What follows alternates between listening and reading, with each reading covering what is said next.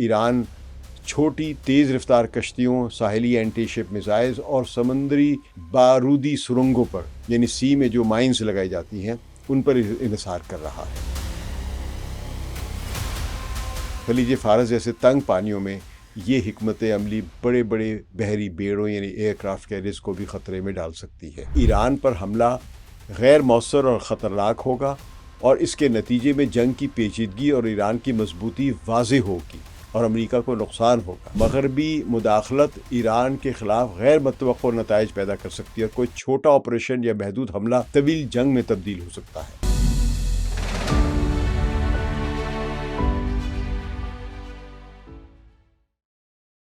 ثقلین امام کا سلام قبول کیجیے۔ اس وقت مشرق وسطی محض کشیدگی کا علاقہ نہیں رہا ہے بلکہ ایک بڑی طاقتوں کے درمیان ایک ایسا سٹیج بن چکا ہے جہاں ہر موومنٹ جنگ اور امن کے درمیان ایک لکیر کھینچ رہی ہے۔ دونوں طرف سے سفارائی ہو چکی ہوئی ہے۔ صدر ڈونلڈ ٹرمپ نے U S S Abraham Lincoln اور U S S Dwight D Eisenhower جیسے نیوکلیئر طاقت سے چلنے والے جو ایئر کرافٹ کیریئرز جو ہیں، طیارہ بردار بحری اڈے جو ہیں، ان کو خطے کے قریب لا کر یہ واضح پیغام دے دیا ہے کہ امریکہ محض بات نہیں کر رہا بلکہ پوزیشن لے چکا ہوا ہے، جنگ کی تیاری کر چکا ہوا ہے۔ مگر اسی پس منظر میں امریکی وزیر خارجہ مارکو روبیو نے اعتراف کیا ہے کہ اگر ٹرمپ ایران پر حملہ کرتے ہیں تو مشرق وسطی میں موجود 30 سے 40 ہزار امریکی فوجی خطرے میں ہوں گے۔ مشرق وسطی میں 30 سے 40 ہزار امریکی فوجی موجود ہیں جو ایرانی میزائلوں اور ڈرونز کی زد میں آ سکتے، براہ راست نشانہ بن سکتے ہیں۔ تو مارکو روبیو کے بقول ایسی فوجی طاقت کی خطے میں موجودگی جو ہے وہ امریکہ کی ایک اچھی پالیسی ہے جو کسی بھی ضرورت پڑنے کی صورت میں یا خطرے کی صورت میں ایرانی حملوں کا جواب دے سکے، یہ مارکو روبیو کہہ رہے ہیں۔ تو امریکی فوجیوں اور اسرائیل کے تحفظ کے لیے یہ ان کے لیے پری ایمپٹیو اسٹرائک بھی کر سکتے ہیں، مارکو روبیو نے کہا ہے۔ تاہم ٹائم میگزین کے مطابق یہ تعیناتی ایران پر دباؤ بڑھانے اور اسے مذاکرات پر مجبور کرنے کی ایک حکمت عملی کا حصہ ہے، مگر ایران سمجھتا ہے کہ یہ اسے بلیک میل کرنے کے لیے ہے اور وہ کسی دباؤ میں نہیں آئے گا۔ اس نے کہا کہ وہ مذاکرات کے لیے تیار ہے لیکن اس طرح کے دباؤ کی وجہ سے نہیں۔ تو اسی دوران آن لائن نیوز پورٹل ہے ایکسیوس، اس کے مطابق ایران نے مذاکرات سے مکمل انکار کر دیا ہے۔ سینئر امریکی ذرائع کے مطابق عمان کے ذریعے پیغام رسانی بھی بند ہو چکی ہے۔ ایک ایرانی اہلکار نے العربی المیادین کو کہا ہے کہ دشمن کی فوجی تعیناتی کے پیش نظر مذاکرات نہیں بلکہ فیصلہ کن دفاع ہماری ترجیح ہے۔ تاہم ایران کے وزیر خارجہ عباس عراقچی اور اقوام متحدہ میں ایران کے جو پرماننٹ مشن ہے انہوں نے ایک بیان جاری کیا ہے کہ ایران دباؤ میں آ کر ڈیل نہیں کرے گا۔ ملک پر حملے کے وقت ایران یکسوئی کے ساتھ جنگ لڑے گا، اپنا دفاع کرے گا، نہ کہ مذاکرات کرے گا۔ تو اس دوران متحدہ عرب امارات نے کہا ہے کہ وہ ایران پر حملے کے لیے جو ان کا ایئر سپیس جو ہے اس کے استعمال کرنے کی اجازت نہیں دے گا، اور سعودی عرب نے بھی کہا ہے کہ ایران پر حملہ سعودی عرب پر حملہ سمجھا جائے گا۔ بہرحال امریکی نیوی کا U S Abraham Lincoln aircraft carrier کا خطے میں قریب آنے کے بعد حالات مزید کشیدہ ہو رہے ہیں۔ ہر aircraft carrier strike group جو ہے وہ اپنے ساتھ تقریباً 70 سے 80 طیارے لے کر چلتا ہے۔ ان میں سپر ہارنٹ لڑاکا جیٹ بھی ہیں، FA-18 بھی ہیں، اس میں گرولر الیکٹرانک وارفیئر EA-18G یعنی جو جیٹ کو یا ایسے حملہ آوروں کو ان کے ریڈار کو جیم کرنے کی صلاحیت رکھتے ہیں۔ ان میں E-2D ہاک آئی ہے، فضائی نگرانی کرنے والے ریڈار یہ شامل ہوتے ہیں۔ اس کا مطلب یعنی اس قسم کے طیاروں کا یہاں پہ ہونے کا مطلب ہے کہ سمندر میں تیرتا ایک ایسا جزیرہ موجود ہے جو درمیانے ملک کی ہر جدید اسلحہ کے برابر طاقت رکھتا ہے۔ ایک چھوٹے ملک کی پوری ایئر فورس ایک پورے بحری جہاز پہ چل رہی ہوتی ہے۔ تو رائٹرز کے مطابق امریکہ نے خطے میں B-52 اسٹریٹ فورٹریس یعنی اسٹریٹجک بمبار طیارے بھی تعینات کیے ہیں، B-2 بھی ہیں۔ یہ وہ بمبار ہیں جو 30 ٹن تک اسلحہ لے جا سکتے ہیں اور ہزاروں کلومیٹر دور سے کروز میزائل یعنی زمین کو چیرتے ہوئے جو کم اونچائی پر جانے والے میزائل ہیں ان کو داغ بھی سکتے ہیں۔ دفاعی ماہرین کے مطابق ان کی موجودگی واضح اشارہ ہے کہ امریکہ دور سے نشانہ بنانے کی صلاحیت بھی دکھا رہا ہے۔ یعنی ضروری نہیں کہ امریکہ کے یہ ایئر کرافٹ کیریئر جو ہیں ایران کے قریب جائیں، ہو سکتا ہے یہ 2000 کلومیٹر سے یا 3000 کلومیٹر کے فاصلے سے بھی ایران کو ہٹ کرنے کی کوشش کرے۔ تب سوال یہ ہے کہ ایران کے پاس دفاع کے لیے کیا ہے؟ ایک تو ہم جانتے ہیں کہ ایران کے پاس مشرق وسطیٰ کا سب سے بڑا بیلسٹک میزائل کا بڑا ذخیرہ ہے. اس میں شہاب 3، امات، قدر، خرم شہر، سجیل جیسے میزائل شامل ہیں جو 1000 سے 2000 کلومیٹر تک مار کر سکتے ہیں. یعنی اسرائیل اور خطے کی تمام امریکی بیسز جو ہیں وہ اب ایران کے میزائلوں کی رینج میں ہیں. تو ملٹری اینالسٹ جو ہیں ان کے مطابق ایران کے پاس ہزاروں کی تعداد میں مختصر اور درمیانی فاصلے تک مار کرنے والے میزائل بھی موجود ہیں. ڈرونز کے میدان میں ایران نے جنگ کا نقشہ بدل دیا ہے. military.com کے مطابق، جو کہ ایک ویب سائٹ ہے امریکہ کی ہے اور وہ تجزیے کرتی رہتی ہے، انالیسس کرتی ہے، ریسرچ کرتی رہتی ہے، اس کے مطابق شاہد 136 ڈرون کم قیمت کا مگر خطرناک ہتھیار ہے جو دھماکہ خیز مواد لے کر خود ہدف تک جاتا ہے اور وہاں پہ ٹکرا کر اپنے آپ کو بھی تباہ کر لیتا ہے. تو یوکرین جنگ میں اس کے استعمال نے دکھایا کہ مہنگے دفاعی نظام بھی سستے ڈرونز کے جو جھنڈ آتے ہیں، جو دل کے دل آتے ہیں، سوام جو آتے ہیں، وہ ان کو روک نہیں پاتے ہیں. تو رینڈ کارپوریشن کے مطابق ایران کا اصل ہتھیار صرف اس کی فوج نہیں بلکہ اس کے پراکسی نیٹ ورکس بھی ہیں. لیبنان کے حزب اللہ کے پاس رینڈ کے اندازوں کے مطابق 1 لاکھ سے زائد راکٹ اور میزائل موجود ہیں. یمن کے حوثی جو ہیں وہ بحیرہ احمر یعنی ریڈ سی میں جہازوں کو نشانہ بنانے کی صلاحیت دکھا چکے ہیں، جس کے سامنے امریکہ کے ایئر کرافٹ کیریئرز کو پیچھے ہٹنا پڑا تھا. تو عراق اور شام کی جو ملیشیائیں ہیں امریکی اڈوں تک پہنچ سکتی ہیں. مطلب ایک حملہ کئی محاذ کھول سکتا ہے، اور ابھی بہت سارے ایسے محاذ بھی ہیں جن کا اندازہ بھی نہیں لگایا جا سکتا. تو اس لیے صدر ٹرمپ انہیں بھی غیر مسلح کرنے کا ارادہ رکھتے ہیں. عراق کے لوگوں کو بھی تیار ہوتے ہیں وہ نہیں، وہ الگ بات ہے. اس کے علاوہ روس اور چین نے ایران پر ممکنہ حملوں کے حوالے سے سخت بیانات جاری کیے ہیں، اگرچہ انہوں نے براہ راست فوجی مداخلت کا اعلان نہیں کیا ہے. رائٹرز اور عالمی تجزیوں کے مطابق دونوں ممالک نے اس کشیدگی کو عالمی امن کے لیے خطرہ قرار دیا ہے اور دونوں طرفوں پر زور دیا ہے کہ سفارتکاری اور مذاکرات ہی حل کا راستہ ہے، نہ کہ فوجی تصادم. اسی طرح مختلف رپورٹوں میں بیان کیا گیا ہے کہ روس اور چین نے دفاعی تعاون اور مشترکہ حکمت عملی پر غور کرنے کا فیصلہ کیا، جس میں دونوں رہنماؤں نے عالمی سیکیورٹی صورتحال پر تبدیلیوں پر تشویش کا اظہار کیا ہے اور جوابی اقدامات میں ہم آہنگی کی ضرورت پر زور دیا ہے، اگرچہ اس کا مطلب براہ راست جنگ میں شمولیت نہیں ہے. یعنی یہ دونوں ملک ایران کے لیے جنگ نہیں لڑیں گے، لیکن جو یہ اپنی سطح پر کر سکتے ہیں وہ یہ کریں گے. متعدد تجزیہ کاروں اور سیاسی ماہرین نے AFP یعنی فرانسیسی پریس ایجنسی کے تجزیوں کے حوالے سے بتایا ہے کہ اگرچہ روس اور چین ایران کے ساتھ سفارتی، اقتصادی اور محدود تکنیکی تعاون کے لیے تیار ہیں، مگر وہ امریکہ کے ساتھ براہ راست فوجی تصادم میں شریک نہیں ہونا چاہتے ہیں، کیونکہ ان کے اپنے علاقائی اور عالمی مفادات بھی اس سے وابستہ ہیں.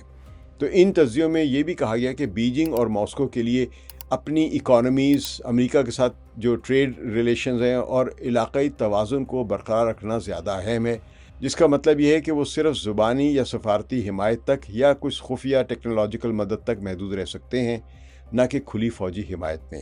اور اس بات کا علم ایران کو ہے. ایران اگر یہ جنگ لڑے گا تو اپنے ہی بل بوتے پہ لڑے گا. موجودہ صورتحال میں یہ بات واضح ہے کہ ایرانی قیادت نے بھی اپنے بیانات میں سخت رویہ اختیار کیا ہے. متعدد ذرائع بشمول رائٹرز نے رپورٹ کیا ہے کہ ایران نے کہا ہے کہ وہ کسی بھی حملے کو مکمل جنگ کے مترادف سمجھے گا اور اپنے دفاع کے لیے بھرپور رد عمل دے گا، جس سے وہ پیغام ملتا ہے کہ ایران کسی بھی حملے سے اب خوفزدہ نہیں ہے. اس سب کے باوجود ٹھوس شواہد یا مستند رپورٹس اس وقت تک یہ ثابت نہیں کرتے ہیں کہ روس یا چین ایران کو براہ راست فوجی اسلحہ یا بڑے پیمانے پر سپلائز بھیج رہے ہیں. سوشل میڈیا پر ایسے دعوے گردش کر رہے ہیں، لیکن مستند ذرائع اس کی تصدیق نہیں کرتے ہیں. اور تجزیہ کاروں کا کہنا ہے کہ دونوں طاقتیں زیادہ تر سفارتی، سیاسی اور محدود اقتصادی تعاون پر ہی کاربند رہتی ہیں، بجائے اس کے کہ وہ امریکہ کے خلاف براہ راست فوجی اتحاد قائم کریں. ادھر اسرائیل کی طرف دیکھیں تو IISS یعنی international institute of strategic studies نامی تھنک ٹینک کے جو مطابق F-35 ادیر جو ان کا ایک طیارہ ہے، اسٹیلتھ فائٹر ہے، امریکہ کا بنایا ہوا، جو ریڈار سے بچ کر حملہ کرنے کی صلاحیت رکھتا ہے، یہ اسرائیل کے پاس موجود ہے. اسرائیل کے پاس جیریکو بیلسٹک میزائلز بھی موجود ہے اور دنیا کے جدید ترین آئرن ڈوم، ڈیوڈ سلنگ اور ایرو 3 میزائل جو سسٹمز ہیں وہ بھی موجود ہیں ان کے پاس. لیکن اپریل 2024 میں اور جون 2025 میں ایران کے بڑے ڈرون اور میزائل حملے کے بعد دفاعی ماہرین نے نشاندہی کی کہ ہر دفاعی میزائل